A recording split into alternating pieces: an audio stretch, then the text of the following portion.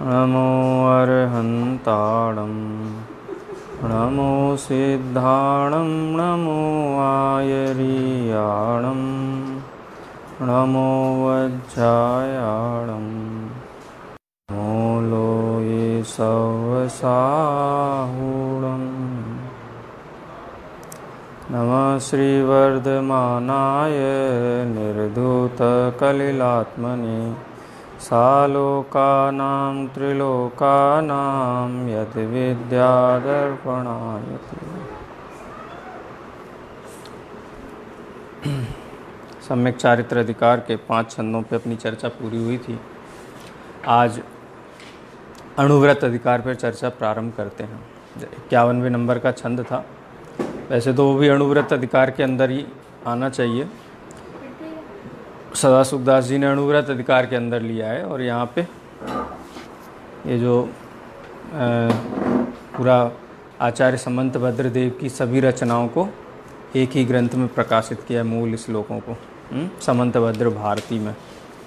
इसमें सम्यक चारित्र अधिकार में उनको रखा गया है। इसे अणुव्रत अधिकार में ही आना चाहिए क्योंकि अणुव्रतों के भेद हैं। कल अपन ने चर्चा की थी ग्रहिणाम। ग्रहिणाम माने जो घर में रहते हैं, गृहस्थ हैं। गृहस्थों के त्रेधा तिष्ठति, 3 प्रकार के व्रत होते हैं। 3 प्रकार से व्रत लेते हैं, एक अणुव्रत, एक गुणव्रत और एक शिक्षा व्रत। अणुव्रत माने 5 पापों के स्थूल त्याग को, स्थूल त्याग को अणुव्रत कहते हैं और सूक्ष्म त्याग को महाव्रत कहते हैं। स्थूल त्याग में क्या होता है, जैसे हिंसाणु व्रत है तो त्रस हिंसा का तो नियम से त्याग ही होता है। 1 इंद्री, 2 इंद्री, 3 इंद्री, 4 इंद्री, 5 इंद्री जीव, जो स्थूल जीव दिखाई देते हैं, लट, चींटी, मच्छर आदि जितने भी जीव दिखाई देते हैं जो अपने नज़र आते हैं, उनका तो यत्नपूर्वक किसी भी प्रकार से उनकी हिंसा ना हो, यत्नपूर्वक उसका पालन करता है। और जो स्थावर जीव हैं उन स्थावर जीवों की भी यथासंभव पालन करता है। अब गृहस्थ है तो जल का उपयोग करेगा, भूमि का उपयोग करेगा, वायु का उपयोग करेगा, वनस्पति का भी उपयोग करेगा, अग्नि का भी उपयोग करेगा, क्योंकि जीवन यापन के लिए 5 वस्तुओं की आवश्यकता है। तो उनका भी यत्नाचार पूर्वक प्रवृत्ति करता है। उसमें अग्नि आदि व्यर्थ में नहीं जलाता है, कोई क्या जला दो, जल रही है तो जल रही है। वायु को भी व्यर्थ में नहीं, माने भूमि को भी बिना किसी प्रयोजन के, वनस्पति को भी बिना किसी प्रयोजन के, माने बिना प्रयोजन के स्थावर जीवों का भी घात नहीं करता है। देखो ये तो स्थूल त्याग हुआ, लेकिन जो सूक्ष्म त्यागी होते हैं, मुनि भगवंत आदि होते हैं, वो इन 5 स्थावरों की भी दया पालते हैं। कच्ची भूमि पर नहीं चलते हैं, जहाँ पे लोग चलते हैं, गमनागमन करते हैं, उसी मार्ग पे गमन करते हैं। ऐसा नहीं कि कहीं से शॉर्टकट मार के निकल जाएं। जहाँ से जन माने लोग, जनता जहाँ से गमन करती है, ऐसे मार्ग से ही गमन करना, माने भूमि की भी दया पालते हैं। वनस्पति आदि तो स्वयं तो ग्रहण करते ही नहीं हैं, सवाल ही नहीं है, प्रश्न ही नहीं है। जल भी स्वयं ग्रहण नहीं करते हैं। श्रावकों के द्वारा भोजन के रूप में जो प्राशुक करके जितना दिया जाता है वो भी अत्यंत ये भाव से ग्रहण करते हैं। उसमें भी गृद्धता नहीं रखते हैं, गृद्धता नहीं रखते हैं, माने बहुत राग नहीं है कि यही मिलना चाहिए, आहार में इस प्रकार से मिलना चाहिए, आज हरी मिल जाए कि आज, इस प्रकार से बस प्राशुकपना उसका देखते हैं। प्राशुक है इतना ही पर्याप्त है। उसमें हाँ, उसमें भी स्वाद आदि नहीं रखते हैं। और मन में जो संकल्प लिया है, जो चीज़ें नहीं ग्रहण करनी है, क्योंकि वो तो विविक्त क्या बोलते हैं, रस परिसंख्यान होता है ना, रस परिसंख्यान करते हैं। तो जो भी आहारदाता होते हैं, आहारदाता जो भी लिए हुए हैं, वो कहते हैं कि ये है, इसमें ये है, पूरा उसकी उद्घोषणा करते हैं। और वो अपनी वृत्ति को नियंत्रित रखते हुए उसमें से जो योग्य है उतना ही ग्रहण करते हैं। और अंजलि में ग्रहण करते हैं, माने अंजलि में आने के पहले ही पूरी जानकारी होती है क्या आया है। ऐसा नहीं कि अंजलि में रख करके फिर पता चला है कि क्या है भोजन में, तो पहले ही ज्ञात है। अंजलि में तो खाली शोध करते हैं, शोधे हुए को भी शोधते हैं। देखो यत्नाचार प्रवृत्ति कितनी है। इतने लोग आहार वृत्ति में रहते हैं, अत्यंत विशुद्धि पूर्वक, परिणामों की भी विशुद्धि है, आहार की भी विशुद्धि है, उसके बाद भी स्वयं शोध करके लेते हैं। शोध करते बोलते 2-3 बार वो निकला हम्म। ट्रैक्टर भी पब्लिक सोच सोच के देती है तो पब्लिक ही है फिर तो वो अणुव्रती नहीं है ना, ये अतिथि परिसंख्यान अणुव्रतियों के द्वारा होता है। हम्म। हम्म। तो अणुव्रती जो हैं उनको अतिथि संविभाग व्रत है, शिक्षा व्रत उसके अनुसार देते हैं। कहने का मतलब ये है कि उसकी भी विराधना नहीं हो, अन्न का भी वो नहीं हो। अब थाली में लगाएंगे, थाली में रखा हुआ, अब थाली में कुछ आ गया तो पूरी पूरी थाली छोड़ते हैं। ग्रस्त तो छोड़ेंगे, ऐसी ग्रद्धता नहीं होनी चाहिए कि नहीं वो करके और आहार ले लिया, ऐसा नहीं होता है। ग्रस्तों के लिए अलग नियम है, मुनियों के लिए अलग है, उनको सूक्ष्म हिंसा का भी त्याग है? तो श्रावक जो है वो पांचों पापों के स्थूल त्यागी होते हैं। स्थूल का मतलब ये है कि उनके जीवन यापन के लिए जो संभव है उतना करते हुए उसमें भी शिथिलता नहीं है। जितनी हिंसा होती है उसको हिंसा ही जानते हैं, उसको उसमें उपादेय बुद्धि नहीं है, प्रशंसा बुद्धि नहीं है। कई लोग कहते हैं हमको तो छूट है। ये छूट शब्द जो है ना, छूट का मतलब ये है कि हमको इसका कुछ आश्रयबंध नहीं है, ऐसी भावना रखते हैं। तो ये छूट नहीं होती है, इसको कहते हैं कि हमारी कमजोरी है। आचार्य अमृतचंद्र देव ने जब पूरा पाप का स्वरूप बता करके अंतिम छंद में जब त्याग का स्वरूप बताया तो कहते जिनके पास इतनी सामर्थ्य नहीं है कि वो इतना त्याग ग्रहण कर सकें, उनको इनका स्थूल त्याग तो करना ही चाहिए, और सूक्ष्म जो है उसको भी त्याग की भावना बानी चाहिए। अणुव्रती महाव्रतों की भावना बाता है तो समझ लो कि उसका जीवन कितना प्रामाणिक और विशुद्ध होगा। तो इस प्रकार से अणुव्रत माने पांचों पापों का स्थूल त्याग है। अब जो स्थूल त्याग हुआ है पांचों पापों का, वो पांचों पाप जो हैं उनका भी रक्षण हो। कल अपन चर्चा कर रहे थे ना कि जब नियम व्रत लेता है तो मतलब ज्ञानी के व्रत में और अज्ञानी के व्रत में एक मोटा मोटा अंतर ये है कि ज्ञानी के जो व्रत होते हैं वो उत्तरोत्तर वृद्धिमान होते हैं, वर्धमान होते हैं, बढ़ते हुए होते हैं, विशुद्धि बढ़ेगी, व्रत बढ़ेंगे। और अज्ञानी के व्रत जिस दिन लेता है उस दिन तो उत्साह बहुत होता है, लेकिन धीरे धीरे धीरे धीरे शिथिलाचार उसको बढ़ता जाता है, फिर नाम मात्र के ही व्रत रह जाते हैं। ठीक है, तो इसका तात्पर्य ये है कि सम्यक तो सहित व्रत ही व्रत नाम पाते हैं। इसमें टीका में सदासुखदास जी ने पुरुषा सिद्धि उपाय का एक छंद कोट किया है, जिसमें ये कहा है कि निश्चय चारित्र के बिना ये व्रत नहीं होते हैं, और जो ये बाह्य चारित्र को ही निश्चय मान करके सेवन करता है तो उस जीव को रत्नत्रय माने मोक्ष का वो अधिकारी नहीं है, वो जीव सुखी नहीं होता है, क्योंकि चारित्र का ग्रहण करने पर जीव को वितरागता होनी चाहिए, सुख होना चाहिए, तो वो सुखी नहीं है जीव। क्यों? क्योंकि ये बाह्य प्रवृत्ति को ही निश्चय से व्रत मान लिया है। देखो, अंतरंग परिणति का बहुमान होना चाहिए, उसका बहुमान नहीं है। बाह्य व्रत तप त्याग में ही पूरा माने उपयोग वहीं लगा रहता है, पूरा का पूरा समय वहीं लगा रहता है। अब ये करना है, अब ये करना है। कभी कहोगे थोड़ा स्वाध्याय करो, बोले स्वाध्याय का, हम तो सुबह से शाम तक हमारे तो व्रतों से ही हमको फुर्सत नहीं है, हम तत्व विचार कब करें, हैं ये कब करें, स्वाध्याय कब करें? क्यों? क्योंकि वो पूरा का पूरा सहज नहीं है ना। सहज होता है तो सहज पलता है, लेकिन दृष्टि उस पे ही है, उसी को निश्चयवत मान करके आचरण करता है तो दोष लगते हैं। इसीलिए गुणव्रत भी साथ में ही होते हैं, अणुव्रत के साथ में गुणव्रत भी होते हैं, यथा योग्य गुणव्रत भी होते हैं, क्योंकि गुणव्रत ही अणुव्रतों की रक्षा करते हैं, उनकी वृद्धि में निमित्त होते हैं। और साथ में शिक्षा व्रत भी होते हैं। शिक्षा व्रत में एक चीज़ की गारंटी हो जाती है कि उस जीव ने जिस समय अणुव्रत धारण किए हैं उसी समय उसने महाव्रत धारण करने की तैयारी भी शुरू कर दी। ठीक है, तैयारी उसने शुरू कर दी। माने तैयारी कैसे शुरू कर दी कि भोगोपभोग परिणाम, भोगोपभोग की वस्तुओं में प्रतिदिन परिमाण करता है कि इसका इतना उपयोग करूँगा, इतना उपयोग करूँगा, इससे अधिक उपयोग नहीं करूँगा। स्थिति संविभाग है, भोगोपभोग व्रत हैं, ये सब व्रत किस चीज़ की गारंटी दिलाते हैं कि इसको निरंतर जो अपने से ऊंचे चारित्र के धारी हैं, जो अपने से उच्च पद में विराजमान हैं, उनका निरंतर संपर्क रहेगा। देखो, आचार्य कुंकुन देव ने चरणान योग सूचक चूलिका में ये कहा कि मुनियों को किसके संग में रहना चाहिए, तो कहा कि जो अपने से अधिक गुण वाले हैं उनके संग में रहना चाहिए, हीन गुण वालों के संग में नहीं रहना चाहिए। कि त्यागियों को, व्रतियों को, जिनको आगे बढ़ना है, बुआ जी क्या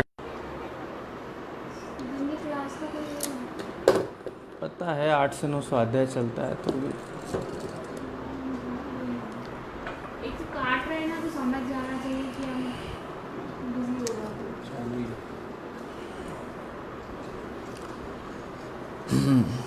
ठीक है। अणुव्रत, गुणव्रत और शिक्षा व्रत। अणुव्रत तो 5 पापों के त्याग रूप होते हैं, गुणव्रत अणुव्रतों की रक्षा रूप होते हैं, और शिक्षा व्रत निरंतर आगे बढ़ने की प्रेरणा देते हैं। ठीक है, इसलिए स्टेप है पूरा। इसीलिए जो विधि पूर्वक व्रतों का धारण करते हैं उनके जीवन में उत्तरोत्तर चारित्र की वृद्धि होती है। आचार्य कुंदकुंद देव ने इस संबंध में मुनियों के लिए खासकर ये कहा है, और जो मुनियों के लिए कहा है यथा योग्य श्रावकों को अपने लिए समझना चाहिए कि जो श्रमण लौकिक जनों की संगति करते हैं या अपने से हीन गुण वालों की संगति करते हैं तो वो श्रमण नहीं है, लौकिक जन ही हैं। तो किसकी संगति करनी चाहिए कि अपने से ऊंचे अधिक गुण वालों की संगति करनी चाहिए। देखो, ऐसा नहीं है कि मोक्ष मार्ग में ऐसा कोई आदेश दिया है, ये तो सामान्य न्याय है, लोक रीति है। किसी स्कूल में हमारा बच्चा पढ़ता है और उस जिस क्लास में वो पढ़ता है उस क्लास के 3-4 बच्चे बिल्कुल छटे हुए हैं, माने वो बदमाश हैं, एकदम से ना पढ़ते हैं ना लिखते हैं, और वो उनके संग में रहे तो हमको बर्दाश्त होगा? हमको पसंद आता है क्या? क्यों? क्योंकि उसमें अच्छे गुणों का विकास कैसे होगा? यदि अच्छे गुणों वालों लोगों के साथ रहेगा तो गुणों का विकास होगा। तो ये तो लोक रीति है ना, ये तो सामान्य बुद्धि है, कॉमन सेंस की बात है कि अधिक गुणों वालों के साथ रहना चाहिए। तो महाव्रतों में 4 शिक्षा व्रतों का उपदेश इसीलिए है कि अणुव्रती जीव संतुष्ट नहीं हो जाए कि हाँ हमारे लिए ये बस हो गया, बस बहुत है, हमने तो अब ले लिए ना, प्रतिमाएं ले ली, व्रत ले ली। बोले नहीं नहीं, अभी निरंतर आगे बढ़ना है। आगे बढ़ना है माने कि ये जो स्थूल पाप भी हैं इनका भी त्याग होना चाहिए। उसकी व्यवस्था किस प्रकार से बनती है? वो गुणव्रत और शिक्षा व्रतों के माध्यम से बनती है। उसके जो भेद किए थे, अणुव्रत के 5 भेद, उस अणुव्रत के 5 भेदों की चर्चा 52वें नंबर के छंद में आती है। छंद पढ़ते हैं। 51 नंबर का छंद कल अपना हो गया था। प्राणातिपात वितथ व्याहार स्तेय काम मूर्छाभ्य स्थूलेभ्यो पापेभ्यो व्युपरमणमणमनुव्रतम भवति। सबसे पहले क्या कहा? प्राणातिपात, प्राणों का घात होना। वितथ, वितथ माने कि जैसा नहीं है। वितथ, तथा मतलब तथा माने जैसा है, कहते हैं ना तथा अस्तु, वैसा ही हो। जैसा है वैसा नहीं हो कह करके विपरीत कहना, उसको कहते हैं वितथ। वितथ, वितथ माने हाँ, वितथ का मतलब हो गया असत्य। जैसा है वैसा नहीं कहना। अब उसके भी भेद हैं आगम में, 4 प्रकार के भेद हैं, उनकी भी अपन चर्चा करेंगे। पहले छंद का सामान्य अर्थ समझते हैं। सबसे पहले प्राणातिपात माने प्राणों का घात यानी हिंसा। दूसरा वितथ, जैसा है वैसा ना कह करके अन्यथा कहना माने असत्य। व्याहार स्तेय माने किसी की वस्तु को ले लेना, ले लेना, ग्रहण कर लेना, उसको स्तेय कहते हैं, झूठ। काम, काम माने कुशील। और मूर्छाभ्य, मूर्छा यहाँ परिग्रह शब्द नहीं दिया, क्या शब्द दिया है? मूर्छाभ्य। तत्वार्थ सूत्र में परिग्रह का लक्षण कहा ना, मूर्छा परिग्रह, कि मूर्छा ही परिग्रह है। मूर्छा, जब जीव मूर्छित होता है तो क्या होता है कि वो उसको अपना होश नहीं रहता है, मैं कौन हूँ। तो ऐसे ही जो जीव अपने आत्म स्वभाव को भूल करके पर पदार्थ में ही मूर्छित हो जाते हैं, माने अपना स्वभाव भूल गए ना, पराश्रित हो गए, पराधीन हो गए। मूर्छित व्यक्ति को एक जन उठा के लेके जाएगा, एक जन बिठाएगा, एक जन खिलाएगा पिलाएगा, माने सारी व्यवस्थाएं उसकी पर करते हैं।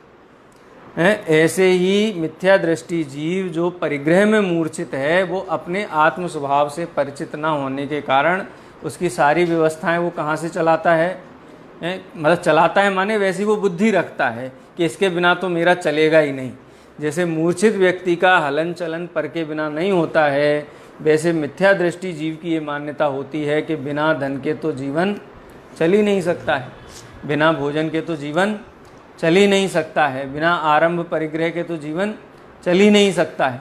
चलता है कि नहीं चलता है?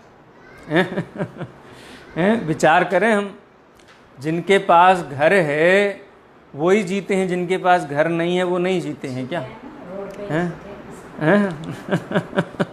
वो रोड पे जीने वाले भी, देखो रोड पे जीने वाले हैं ना, वो परिग्रह के त्यागी नहीं हैं, वो आकांक्षा तो रखते हैं ना, वो चौराहे के जिस कोने पे कब्जा जमा लेते उसी को अपना राजमहल समझते हैं है ना ख्याल में।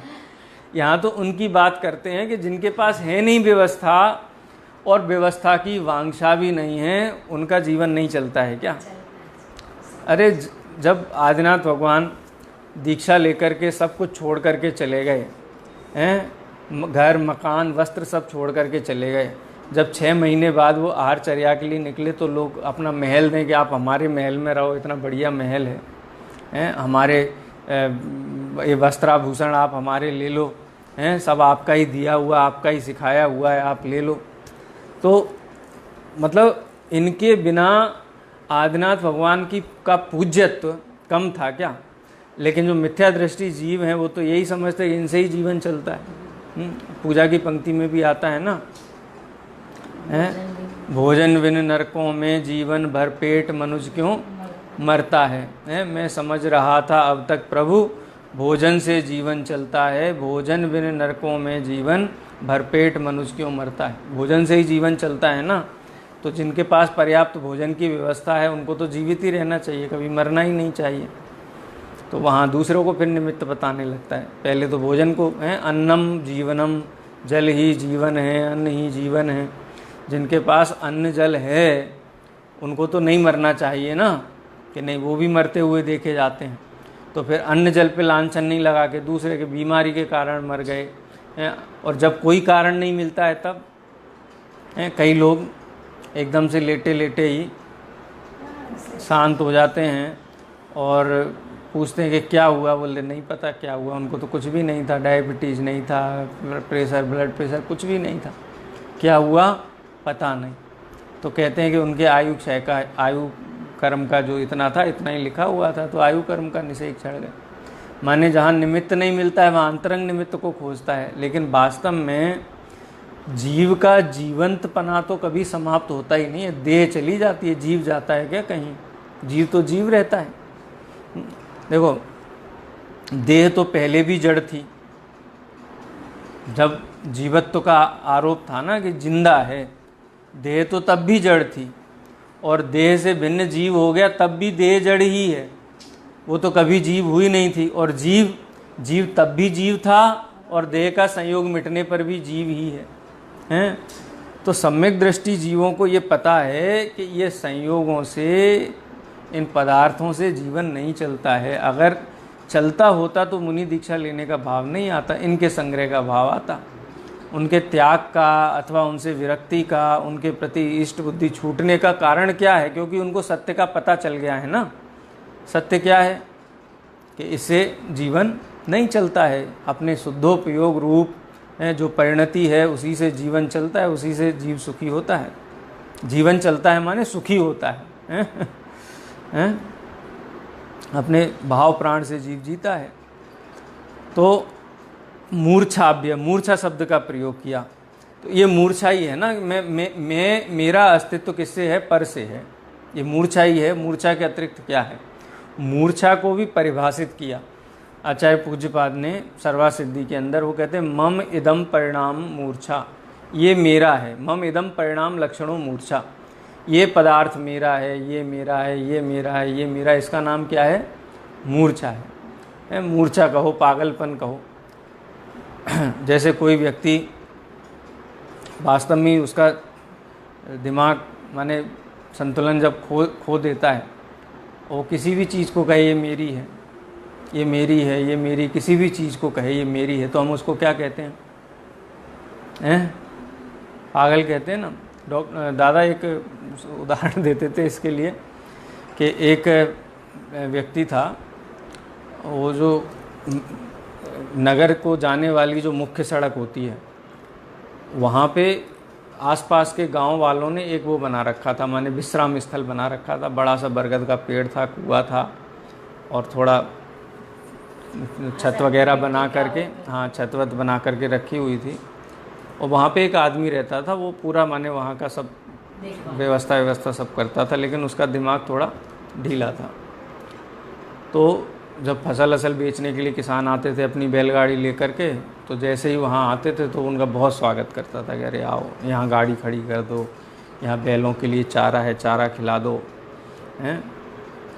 कुएं के पास एक कुआं है, पानी खींच के उनको पानी पिला, बहुत प्रसन्न होता है। ऐसे ही ऐसे रात होने तक वहाँ पे 10-20 गाड़ी वाहन आकर के खड़े हो जाते। वो बहुत माने सबकी सेवा, बहुत प्रसन्न हैं, और बहुत प्रसन्न चित्त हो जाता है। और जब सुबह होती है, वो गाड़ी वाहन आए वहाँ किस लिए थे? कि अपना माल बेचने के लिए आए थे। तो अब कहाँ जाना है? अब नगर की तरफ जाना है। तो अब सुबह जैसे ही हुई पटी, और सब अपने अपने गाड़ी लेके चलने को तैयार हो जाते हैं। और जैसे ही कोई गाड़ी वाहन अपनी गाड़ी को लगा करके हाँकने को तैयार होता है, उसको बहुत क्रोध आता है, कहाँ जा रहे हो? बहुत विलाप करता है, बहुत दुखी होता है, अपशब्द कहता है। लेकिन कोई उसके अनुसार रुकने वाला है क्या वहाँ पे? सब अपने प्रयोजन से आए थे, अपने प्रयोजन से चले जाते हैं। अपनी योग्यता से आए थे, अपने योग्यता से चले जाते हैं। और ये कभी हर्ष मनाता है, आने पे हर्ष मनाता है, और जाने पे दुखी होता है। तो क्या है उसको अपन क्या कहते हैं? कोई कहे कि अरे वो कितना रोक रहा है, रुक जाओ, बोलते वो तो पागल है। हम यहाँ रुकने के लिए थोड़ी ना आए थे। तो वास्तव में ये तो हम एक भाव में एक छोटी सी घटना देखते हैं, लेकिन पूर्व भाव, वर्तमान भाव और भावी जितने भी पर्याय हैं जीव की, उन सब के क्रम में देखा जाए तो घर में कोई पुत्र होता है, पुत्री होती, तो उत्सव मनाते हैं कि देखो आ गया, आ गया, आ गया। और जब उनकी आयु का क्षय होता है, अपने प्रयोजन से उनका गमन होता है, तो ये फिर रोता है। तो उस व्यक्ति में और इस व्यक्ति में क्या अंतर है? कोई अंतर है क्या? दोनों को ही पागलपन की संज्ञा है। एक को मोक्ष मार्ग में पागल कहा है, एक को लोक में पागल कहा है। लेकिन दोनों की वृत्ति में अंतर कितना है? रंच मात्र भी अंतर नहीं, एक जैसी वृत्ति है। दोनों को ही मूर्छापन है, दोनों को ही पर पदार्थ मेरे हैं, मेरे हैं, मेरे हैं, मेरे हैं, ये बुद्धि है। और जब तक वो सबकी योग्यता है पदार्थों की, अपनी स्वयं की गति से, अपनी स्वयं की योग्यता से वहाँ पर एकत्रित हुए हैं, और सब अपनी योग्यता से चले जाते हैं। जब एकत्रित होते तो उसमें अहम बुद्धि करता है, ममत्व बुद्धि करता है। मैंने किया, मैंने किया, मैंने व्यवस्था बनाई, मैंने पानी पिलाया, मैंने खाना खिलाया। बोलते कि नहीं बोलते? पाल पोस के बड़ा किया। अब वो भी कहे मैंने इनको विश्राम के लिए व्यवस्था की, इतनी इनके पशुओं की व्यवस्था की, इनके सामान की रक्षा की, रात भर सोया नहीं, मैं जागा पूरी रात भर कि इनको कोई तकलीफ़ ना हो। और सुबह होते ये तो सब ठग की तरह चल दिए, ठग करके मुझे। तो ये संसार में जीव की ऐसी स्थिति है, मिथ्या दृष्टि जीव। इसीलिए आचार्य ने लक्षण मूर्छा किया उसका। अपने को भूल करके पर में मुंजायमान जो जीव है वो मूर्छा है। पर मेरा है, ये मेरा, ये मेरा है। तो प्राणातिपात, वितथ, व्याहार, स्तेय, काम और मूर्छाभ्य, इन 5 स्थूलेभ्य पापेभ्यो व्युपरमणम। व्युपरमणम माने विरक्त होना। स्थूल रूप से इन 5 पापों से विरक्त होना अणुव्रतम भवति। अणुव्रत कहलाते हैं, अणुव्रत होते हैं। अब हिंसा में अपन देखें तो प्राणातिपात, तो गृहस्थ जीव को तो प्राणातिपात तो होता है। मतलब स्वयं के प्राणों की भी बात करें तो इतना तो मोह है, राग द्वेष हैं, वो तो जब तक अरंत अवस्था नहीं होती है तब तक, मतलब 12वें गुण स्थान या 11वें गुण स्थान के पहले तक तो जीव को राग द्वेष भाव हैं ही, भले ही कम हैं, भले ही अकेला लोभ है, लेकिन हैं। उतने अंशों में तो उसको प्राणों का प्रतिपात है, स्वयं के प्राणों का घात है। क्योंकि मैं लक्षण किया ना, राग द्वेष निवृत्ते, राग द्वेष निवृत्ते चरणम प्रतिपद्यते। तो तो उतनी हिंसा तो है आत्महिंसा। और ग्रस्त जीव को भी जो पंचम गुण स्थानवर्ती जीव हैं, जो अणुव्रती जीव हैं, उनको भी संजुलन के कसाय के उदय के कारण और प्रत्याख्यान कसाय के उदय के कारण जितना भी स्वरूप से बाहर पना है, जो बंध का कारण है, बंध किसको होता है? जीव को होता है ना। बंध बांधा किसको जाता है? जिसने कोई अपराध किया हो। तो जब तक कर्म का आश्रव और बंध ये दोनों हो रहे हैं, इसका मतलब जीव ने कोई ना कोई तो अपराध किया है। बिना अपराध के तो बंधन नहीं होता है। तो उतना तो अपराध है और उस अपराध से परिचित भी है। यानी स्व प्राणों का सूक्ष्म घात तो पंचाम गुण स्थानवर्ती जीव को भी होता है।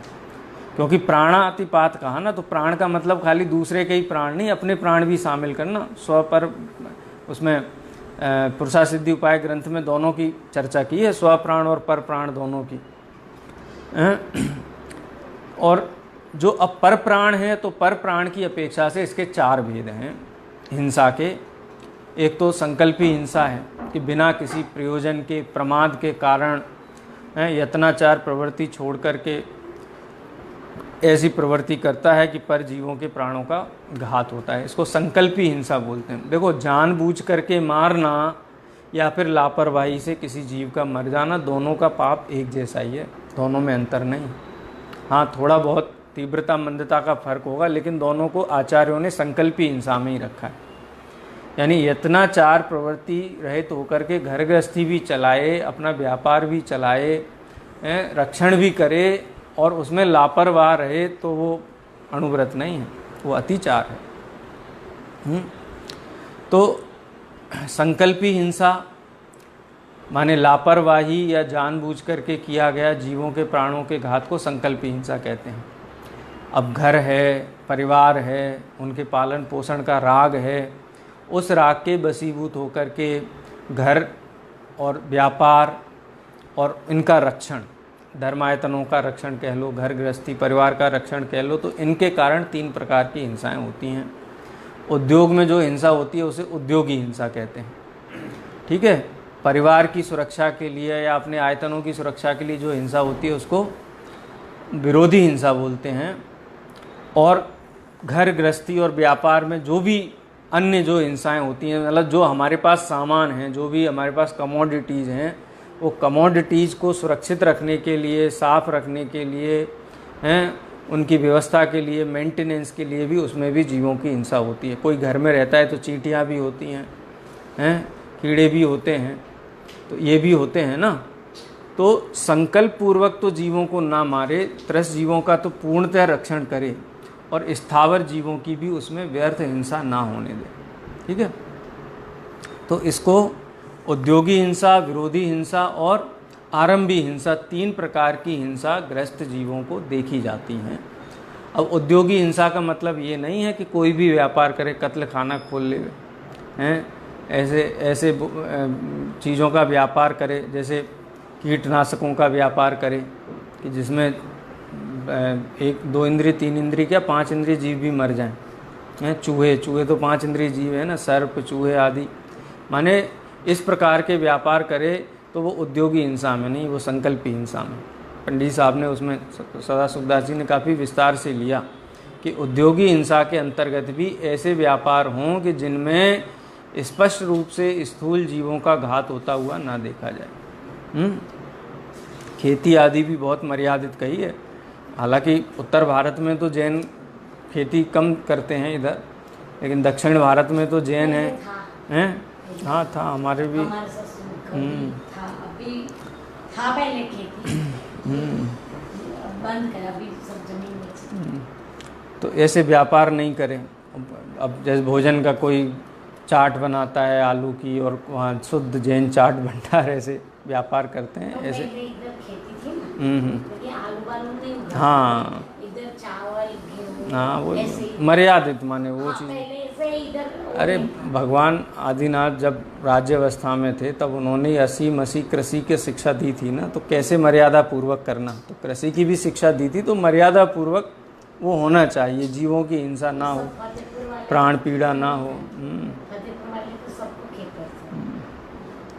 तो इस प्रकार से उद्योगी हिंसा भी कैसी हो कि जिसमें जानबूझ करके अथवा लापरवाही से अयत्नाचार प्रवृत्ति शास्त्र की भाषा में कहें या संकल्प पूर्वक जिनमें हिंसा होती हुई दिखाई देती हो, ऐसे व्यापार नहीं होने चाहिए। घर गृहस्थी में भी ऐसी हिंसा नहीं होनी चाहिए। और विरोधी हिंसा भी इस प्रकार का कार्य ना करे कि सामने वाले को उकसाए और फिर वो लड़ने के लिए आए और फिर लड़े उनसे।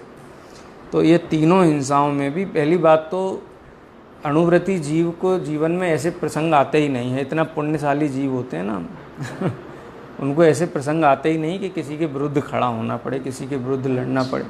सहज समाधान मिल जाते हैं। सामने वाला कितना भी क्रोधित होकर के आए, लड़ने के लिए आए, लेकिन वो जब पास में आता है उसके हाव भाव, बॉडी लैंग्वेज, वचन सुन करके, शांत विचारों को देख करके वैसे ही ठंडा पड़ जाता है।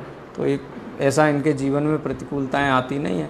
और यदि पूर्व पाप के उदय से ऐसी स्थिति उत्पन्न भी हो जाती है तो अपने परिणामों को बहुत संक्लेशित नहीं करते हैं। देखो ऐसा अपन प्रथमा योग में पढ़ते हैं ना कि सम्यक दृष्टि जीव थे, अणुव्रती जीव थे, कभी कोई ऐसी घटना घटित हो गई हैं तो क्या होता है कि विरक्त हो जाते हैं, दीक्षा लेकर के चले जाते हैं वन में। हैं कभी ऐसी घटना हुई, कुछ भी हुई विपरीत, हैं जैसे बाहुबली भगवान के जब भाई के साथ में इस प्रकार का अंतर विरोध हुआ तो विरक्त हो गए, छोड़ करके ही चले गए। तो अणुव्रती और जो ज्ञानी जीव हैं उनका जीवन निरंतर ऊपर चढ़ता हुआ होता है। माने जीवन में कोई उथल पुथल मस्ती है तो जैसे बाढ़ आ जाए ना तो सब पहाड़ के ऊपर चढ़ जाते हैं, ऐसे ही लौकिक जीवन में अगर उथल पुथल होती है तो ये लौकिक जीवन का ही त्याग करके और धर्म के शिखर पर महाव्रत धारण करके चले जाते हैं। इस प्रकार की वृत्ति होती है। ऐसा नहीं कि हिंसा में उलझते हैं, इतना तो छूट है, इतना तो हमें अधिकार है, मान नहीं होना चाहिए पर स्वाभिमान तो होना ही चाहिए, सम्मान तो होना ही चाहिए, ये सब चक्करों में नहीं पड़ते जीव हैं। बाहुबली भगवान के ऊपर अपन कहते हैं स्वाभिमानी थे, स्वाभिमान के कारण दीक्षा ली। मान के कारण कोई दीक्षा लेता है कि वैराग्य से लेता है? संसार शरीर भोगों का विचार करके विरक्त हो गए, तो ऐसी स्थिति को ही छोड़ देते हैं। तो ये 4 प्रकार की हिंसा होती है। अब इसमें स्थूल हिंसा का त्याग हो गया। स्थूल हिंसा माने संकल्पी हिंसा का नियम पूर्वक त्याग होता है और यत्नाचार पूर्वक रहते हुए उद्योगी, आरंभी और विरोधी हिंसा उनके जीवन में देखी जाती है। उसका रक्षण नहीं करते हैं, उसमें भी फिर नियम आगे लेते हैं ना, गुणव्रत और शिक्षाव्रत के अनुसार। इसके बाद वितथ का मतलब होता है जैसा है वैसा नहीं कहना। इसका नाम असत्य है। देखो हम असत्य की परिभाषा हमने ये तो पढ़ी है कि था कुछ और कुछ कह दिया, इसको असत्य कहते हैं। लेकिन जैन दर्शन की परिभाषा यहाँ तक सीमित नहीं है। यहाँ ये है कि सत्य भी ऐसा नहीं है बोलना चाहिए कि जो गर्हित हो माने क्लेशदायी हो, किसी के प्राणों का घात करता हो। इसलिए वास्तव में पाप तो एक ही है, हिंसा। ये 5 तो उसके शिष्य को समझाने के लिए 5 भेद किए गए हैं। माने ऐसे असत्य वचनों का प्रयोग करना कि जिससे किसी को इस प्रकार से अपशब्द कह देना कि वो अत्यंत संक्लेश हो जाए, आत्महत्या ही कर ले, अथवा इतना संक्लेशित हो जाए कि वो अपने ऊपर ही चढ़ाई कर दे हैं। तो जैसे हित मित और प्रिय वचन बोलना ये भी आवश्यक है सत्य बोलने में। उसमें हित मित और प्रियपना नहीं है तो वह असत्य के जैसा ही है। असत्य के भी 4 भेद गिनाए हैं। एक भेद है असत्य का उद्भावन, माने जैसा है वैसा नहीं कह के कुछ अन्यथा कह देना है। किसी ने पूछा पापा घर पे हैं तो पापा ने कहा कि बोल दो नहीं है, हैं तो हैं और हैं को क्या कहना, नहीं है। और पापा घर पे नहीं हैं और किसी को कोई पूछे हैं क्या, बोलते हैं हाँ है ना, तो नहीं को हैं कहना। ये दोनों ही भेद लिए उसमें। माने जो विद्यमान है उसका अपलाप करना और जो अविद्यमान है उसका उद्भावन करना, है ना ख्याल में, कि जो नहीं है उसका उद्भावन करना। प्रकार हाँ है हमारे पास तो बहुत है, हमारे पास तो ऐसा है वैसा है, ये भी असत्य है। सैकी बघारना असत्य की श्रेणी में आता है। और दीनहीन होना भी असत्य की श्रेणी में आता है। हमारे पास तो कुछ भी नहीं है, हम तो बहुत दरिद्र हैं, हमारे तो कोई कुछ है ही नहीं। अरे भाई समता भाव में रहो ना, न मान के शिखर पे चढ़ो, न दीनता के उसमें खाई में गिरो, समतल जमीन पे रहो, सदा काल एक जैसे रहो, दो तो ये भेद हुए। पहला भेद कौन सा? असत्य का उद्भावन, दूसरा सत्य का अपलाप, और तीसरा अन्यथा निरूपण। अन्यथा निरूपण माने है कुछ और कहना कुछ। ठीक है, असली माल तो है नकली, उस माल को असली कहना है तो पीतल, उसको सोना कहना। यानी वस्तु तो है लेकिन उसका अन्यथा निरूपण करना, उसके गुण भेद, लक्षण भेद, एक दो भेद मिले उसके अनुसार उसको अन्यथा ही प्ररूपित कर देना। और चौथे नंबर का भेद है गरित वचन। गरित वचन पे तो आचार्य ने 2-3 श्लोक भी लिखे इस पे, कि ऐसे शब्दों का प्रयोग करना कि हम तो सत्य ही बोलते हैं, किसी को बुरा लगे तो लग जाए, हैं किसी को आहत होता हो तो हो जाए, हम तो सत्य बोलते हैं। तो जिनागम ये कहता है कि सत्य नहीं है, किसी के प्राणों को क्लेश हो ऐसे वचन सत्य नहीं हो सकते। वो गरित वचन के अंतर्गत उनको लिया है। ये चारों प्रकार के जो सत्य हैं, असत्य हैं, इनका स्थूल त्याग अणुव्रति को होता है। अब कितना रह जाता है कि इतना तो रहेगा कि अब व्यापार करता है अणुव्रति जीव, दुकान पे बैठा हुआ है, कोई वस्तु 10 रुपए की है, अब कोई ग्राहक आएगा, उसने 10 रुपए की खरीदी है तो 10 रुपए की तो नहीं बेचेगा, 11 रुपए की बेचेगा, 12 रुपए की बेचेगा। ऐसा भी नहीं कि 10 की 20 बेचेगा, ऐसा भी नहीं होता, ऐसी ग्रद्धता नहीं होती अणुव्रति जीवों के जीवन में। न्यायोचित माने देश काल परिस्थिति के अनुसार भरण पोषण के लिए जितना आवश्यक है उतना ही उस पर लाभ लेता है। जैसे भौरे की वृत्ति होती है अणुव्रति जीव, मतलब ग्रस्त में रहते हुए ग्रस्त जीव की। जैसे भौरा फूल में से परागकण चुनता है लेकिन फूल को बिल्कुल भी तकलीफ ना हो, वो कुम्हलाए नहीं, वो सूखे नहीं। तो इसी प्रकार जो अणुव्रति जीव होते हैं अथवा जो धर्मी जीव होते हैं, उनके व्यापार आदि में प्रवृत्ति ऐसी होती है कि किसी भी प्रकार से जो ग्राहक है अथवा उसके आश्रित अन्य व्यापारी हैं, उनको बिल्कुल भी कष्ट ना हो और अपना भी जीवन चल जाए। तो इस प्रकार से अब वो 11 बोलेगा, अब इतनी तो उसका डिटेलिंग नहीं करेगा। कोई दुकान पे ग्राहक आएगा तो ऐसा तो नहीं कहेगा हमने तो 10 रुपए में ख़रीदी थी, पर हम तो अणुव्रति हैं, असत्य बोल नहीं सकते, इसलिए हम आपको 11 की बेचेंगे। ये तो ग्राहक भी समझता है कि कोई भी व्यापारी है वो क्रय मूल्य पर विक्रय नहीं करता है, ये तो जगत प्रसिद्ध बात है। लेकिन उसमें अन्याय नहीं होना, योग्य प्रवृत्ति होना। लेकिन देखो प्रवृत्ति देखो इसमें कि धर्मात्मा जीवों को भी उसमें खेद वर्तता है। ये ऐसी लोक वृत्तियों, गुरुदेव श्री व्यापार जब करते थे बड़े भाई के साथ कॉलेज में, उस समय का वो चित्रण करते हैं ना, वहाँ भी बैठ कर के पढ़ते थे, शास्त्र का स्वाध्याय करते थे। और अन्य व्यापारियों की जो प्रवृत्ति और वृत्ति क्या कहते, ढोर थई जैसे हैं। तो कहने का तात्पर्य ये है कि ये व्यापार धंधे आदि में जो जितना सूक्ष्म पाप भी है, उस पाप की भी निंदा और गर्हा करते हैं। उसमें कोई अपना अधिकार नहीं समझते, इतना तो हमारा अधिकार है ऐसा कह के पाप का संरक्षण नहीं करते हैं। चोरी किसे कहना? माने किसी अन्य की वस्तु को, अब वो अन्य की वस्तु कैसी है, गिरी हुई, पड़ी हुई, भूली हुई, बहुत भेद उसके हो सकते हैं। माने किसी भी वस्तु पर अनधिकृत चेष्टा नहीं करना। किसी का क्लेम नहीं है, सबसे हमने पूछ लिया, सबने बोल दिया हमारी नहीं हमारी नहीं हमारी नहीं, तो हम रख लें। अरे भाई इतनी ग्रद्धता क्यों है पर वस्तु के ऊपर? इस ग्रद्धता की क्या आवश्यकता है? ये स्थूल पाप है, स्थूल चोरी है। तो ऐसी स्थूल चोरी का त्याग भी अणुव्रति को होता है। और किसको चोरी की श्रेणी? सूक्ष्म चोरी में क्या लिया है पता है? जल मृतिका बिन और ना ही कछु गहे अदत्ता। कि कुएं में से जल लेते हैं ना, नदी में से जल लेते हैं, बावड़ी में से जल लेते हैं, कहीं से ज़रूरत हो तो पहले मिट्टी के मकान बनते थे, तो नदी के किनारे जो एक खेत में से कहीं से मिट्टी ले करके और उसका उपयोग करते थे। तो वो स्थूल चोरी है, बिना दिए लेना। और मुनि भगवंतों को इसका त्याग होता है, वो जल नहीं लेते जब तक श्रावक प्राशुक करके जल ना दे तब तक जल नहीं लेते, जब तक आहार ना दे तब तक आहार नहीं लेते हैं।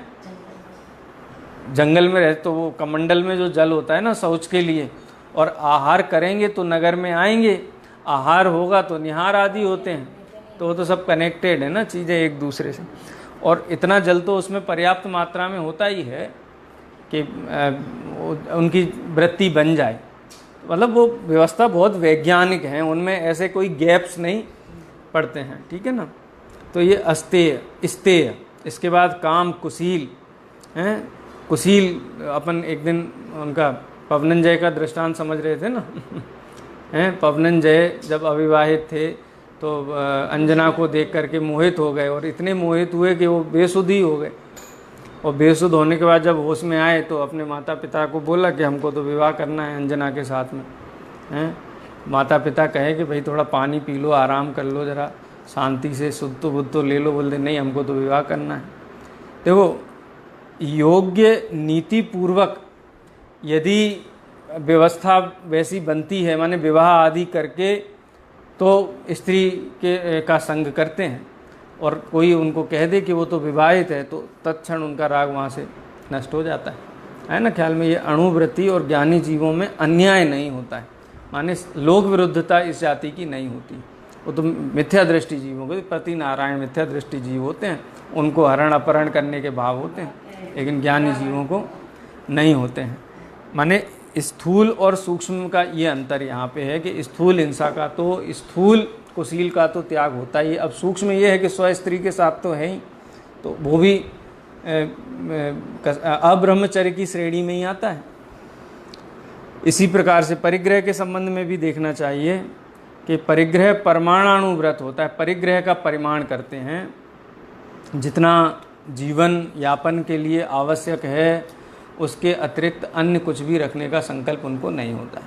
उनके राग प्रमाण और जीवन यापन के प्रमाण, उसमें भी निरंतर क्या होता है, कम होता जाता है। आज परिग्रह परिमाण जितना लिया है, निरंतर उसमें कमी करते जाते हैं। ऐसा नहीं कि हाँ आज ले लिया और 50 वर्षों तक इतना ही रखेंगे, ऐसा नहीं होता है।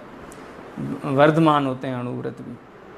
तो ये 5 प्रकार के पापों का स्थूलेभ्यो, इनका स्थूल पापों का व्युपरमणम, व्युपरमणम माने त्याग, विरक्ति, अणुव्रतम भवति, उनको अणुव्रत कहते हैं। इस प्रकार से 52वें नंबर के छंद में 5 प्रकार के पाप बताए और उनके स्थूल त्याग का नाम अणुव्रत बताया। अब जो चर्चा अपन ने की थी उसी को विस्तार से आगे के छंदों में प्रस्तुत किया गया है।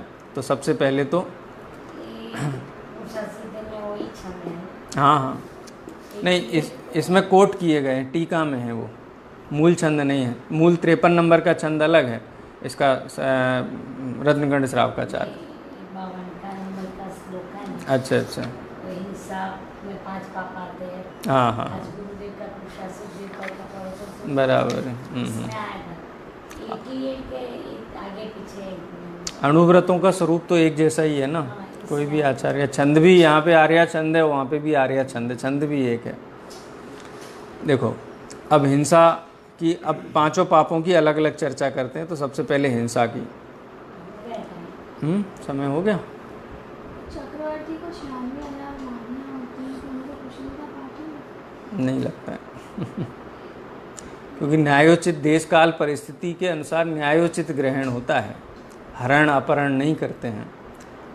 उसकी दादा का अभी इस पे है ना प्रवचन है बहुत, वो सुनना। माने वो विवाह करने जाते नहीं हैं, ये राजनीतिक विवाह होते हैं ज़्यादातर। तो पॉलिटिकल मैरिजेज होती हैं। जैसे कोई राजा है, प्रभावशाली है, तो अन्य जो उससे छोटे राजा हैं वो अपनी सुरक्षा के लिए, अपने यश के लिए, अपनी प्रतिष्ठा के लिए अपनी कन्याएं ऐसे बड़े राजाओं के यहाँ विवाह करते हैं। तो उस प्रकार की वो सब विवाह की वैसी स्थितियाँ उसमें है। काफ़ी दादा ने काफ़ी विस्तार से बताया है उसको। हाँ, नीतिपूर्वक, लोक नीतिपूर्वक ही होते हैं। जैसे रावण की तरह अपहरण नहीं होता है चक्रवर्तियों को। निज निधि निज में बताई यह अनंत उपकार है, इसके लिए जिन वाणी माँ को वंदना सतबार।